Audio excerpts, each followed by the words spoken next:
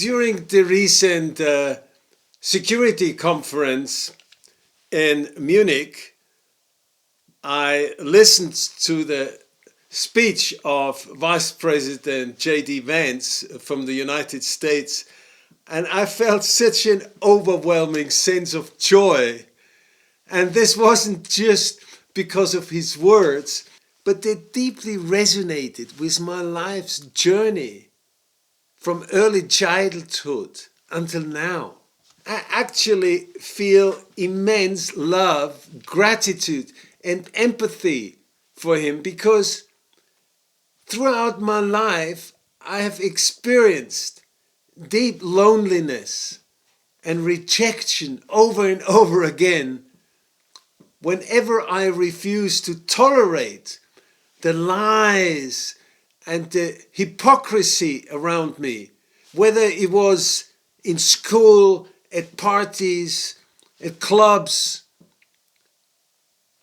or wherever, especially growing up in the what we call bussi culture of the former Austrian-Hungarian Empire, K&K we call it, Kaiser Königlich.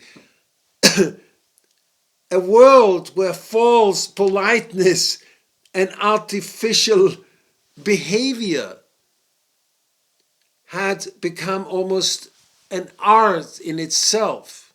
Something which I've noticed quite a lot amongst British people as well, and the Kingdom of Britain. Whatever this might have been, I often struggled to fit into this society, built basically on some kind of a deception.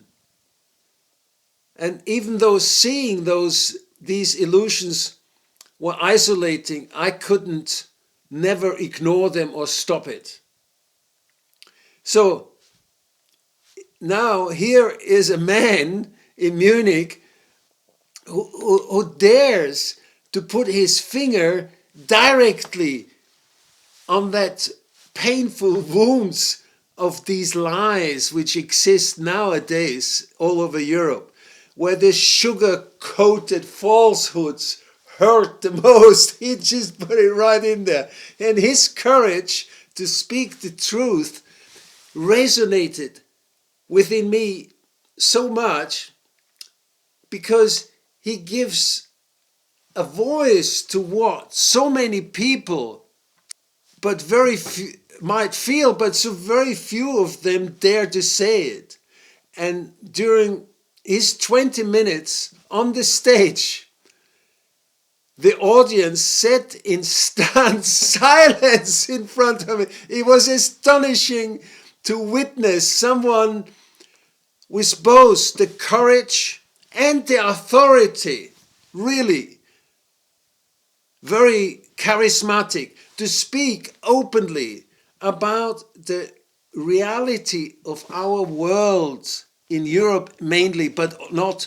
And he did not exclude the United States from his criticism, especially Biden and co., making it clear that hypocrisy in politics is universal. And officially the Democrats have been absolute masters in this. Thanks God it changed. This reinforced then the words of also of my master Osho, who always said that history moves some kind in cycles where lies are nothing but instruments of control just to secure the power of the politicians. And since Donald Trump took office, it's only 3 weeks ago, the world seems to have turned upside down, topsy-turvy. And this is not an exaggeration, I guess. It's a reality felt in politics and the society worldwide. I compare this to the embarrassing moments of our German's former, no, sorry, she's still serving embarrassing Foreign Minister Annalena Baerbock, you know, the one who's jumping. I think she had a few accidents maybe while jumping, who mistakenly spoke of a 360 degrees, not topsy-turvy, 360 degrees turnaround when she actually meant 180 degrees. So that fits perfectly. She's a perfect example of, excuse me, of how utterly unqualified, arrogant, and clueless individuals are placed in positions all over Europe, positions of power, oblivious to their own incompetence of the suffering they cause other people they supposedly representing. And J.D. Vance stood before a German and international audience within the heart of Germany, in Munich, the industrial and most interesting place probably in Germany, fully aware that this introduction might be the last moment he would receive their applause. And that's exactly what happened. The thousands gathered for his speech from all over the world, in fact, they were about to receive such a brutal reality check. But in that moment, Vance became a hero, at least to me, and he delivered an unfiltered and undeniable truth of a speech. He spoke the words that only a small fraction of society dares to acknowledge. Talking about truths that has been systematically silenced, discredited, and labeled extremist, Nazi-like, Russian Putin sympathizer, simply because they deviate from the official narrative. And speaking on behalf of President Trump, and being almost likely the next president himself of the United States, J.D. Vance held up a mirror to this audience as nobody ever did before. His position made it impossible for them to dismiss the words as they had done to so many others before. He shattered the careful, crafted illusions built by the media and politicians all over Europe, exposing the lies they have desperately tried to maintain for ever and so long. As with personal arguments with family, colleagues, or friends, whenever people are confronted with truth, they usually cannot accept it. Their first instinct reaction is to become defensive, louder, and more aggressive. I know it myself. And in psychology, this is called repression, resistance. It's simply a defense mechanism. And the politicians, journalists, moderators, and profiteers involved in this deception have invested so much time, money, and effort into their false narratives that they will do anything to protect themselves and these issues, even creating more lies to cover the old ones. Many have become so disconnected from reality that they no longer recognize the truth at all.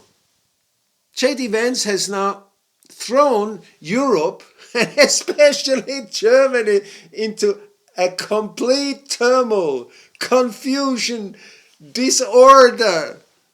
The political elite and the most corrupt, manipulated journalists, woke, leftist journalists, are now unable to process the raw honesty of these words. The entire worldview is built on lies, and they have no way to integrate such a speech into their consciousness. Now, of course, they will do anything to suppress this message and keep their power, using mainstream media to distort, dismiss, or outright ignore what has been said. This is a classical psychological reaction. They are trapped in their own delusions. This is not just an isolated event in history, it is a critical moment of our time. And when a vice president speaks with such eloquence and conviction, the world is forced to listen. And you can read it all over the world now. Even if many fight against his message, using every trick in the book, he boldly stated that the greatest threat to democracy today does not come from Russia or China, as Western propaganda insists, but from within our own nations, in fact. The real danger lies with those who claim to oppose dictatorship while using fear and deception and lies to strengthen their own grip on power. Van der Leyen and co. Governments worldwide create illusions of internal and external threats. All fantasies, lies, painting enemies abroad or within, like the AfD, just to justify tightening their control over their own people, their own sovereign. The Democratic Party in the United States has perfected this tactic and these techniques to such an extreme level. They use fear to solidly keep their authority, increase surveillance, suppress dissent, and strip away fundamental freedoms we have created over many decades. Anyone who questions this narrative of theirs is immediately labeled far-right, silenced, or even prosecuted, like in Germany. Vance illustrated this with the case of Romania, where an elected government was overthrown by the European Parliament in favor of our German president and so forth, under the pretense of Russian influence. Can you believe it? These are Democrats. The truth was that the Romania's leaders wanted more sovereignty, not submission to Brussels. That alone was enough to turn them into enemies of the European Union's power structure, the parliament, and many governments here or there. An even more chilling example is the case of a man in Scotland who was sentenced to prison simply for praying near an abortion clinic, hundreds of meters away from the clinic.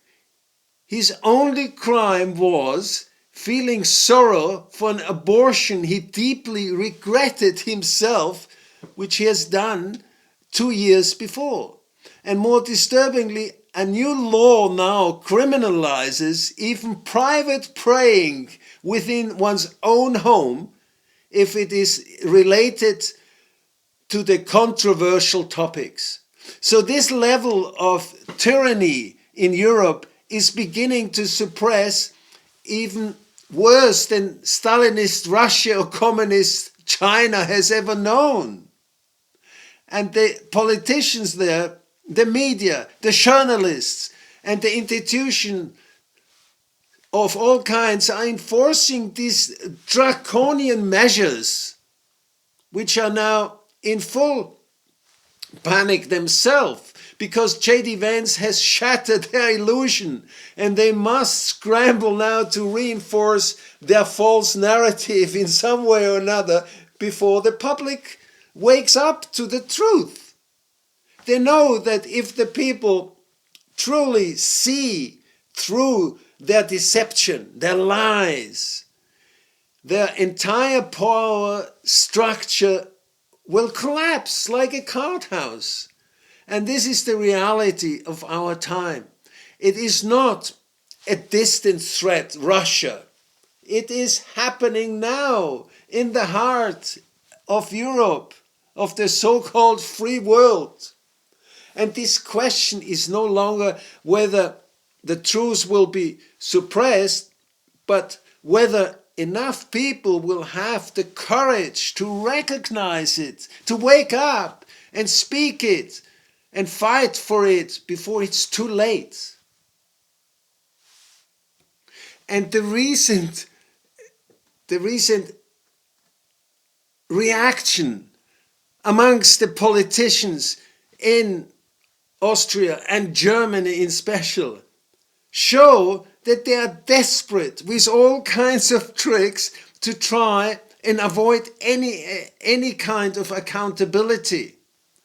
They will use every trick in the hat, weaving more lies on top to defend their past mistakes and hold on to power, and use lies to defend the lies. In Germany, politicians are now trying to blame the conservative, how I call it, but yet they discredit it as right extreme, far right AFD for the recent terrorist attacks. Can you believe it? Which kind of hat can you take this kind of reaction out? They claim that the AFD orchestrates the violence to manipulate the upcoming elections. Strangely enough, the next day we had a similar case in Austria, and we have no elections coming up. We have just a terrible government coming up. So this is not just a blatant falsehood, it's an act of political terror, and it's a fascist propaganda on the highest order. The level of deception here in Europe is so shocking, rivaling even Soviet area, East German kind of propaganda, anti-Honecker or whatever.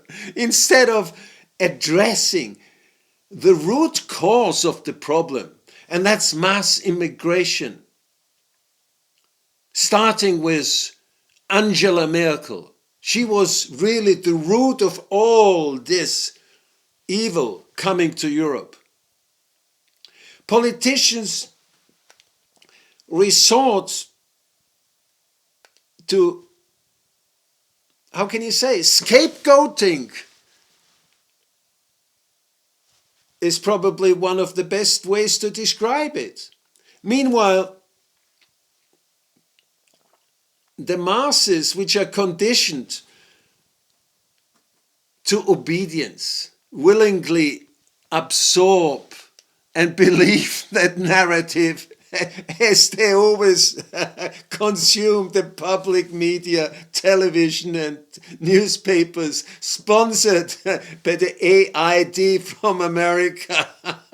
But Elon Musk showed that Springer Verlag, Spiegel and Force, they were all paid by the Democrats of America.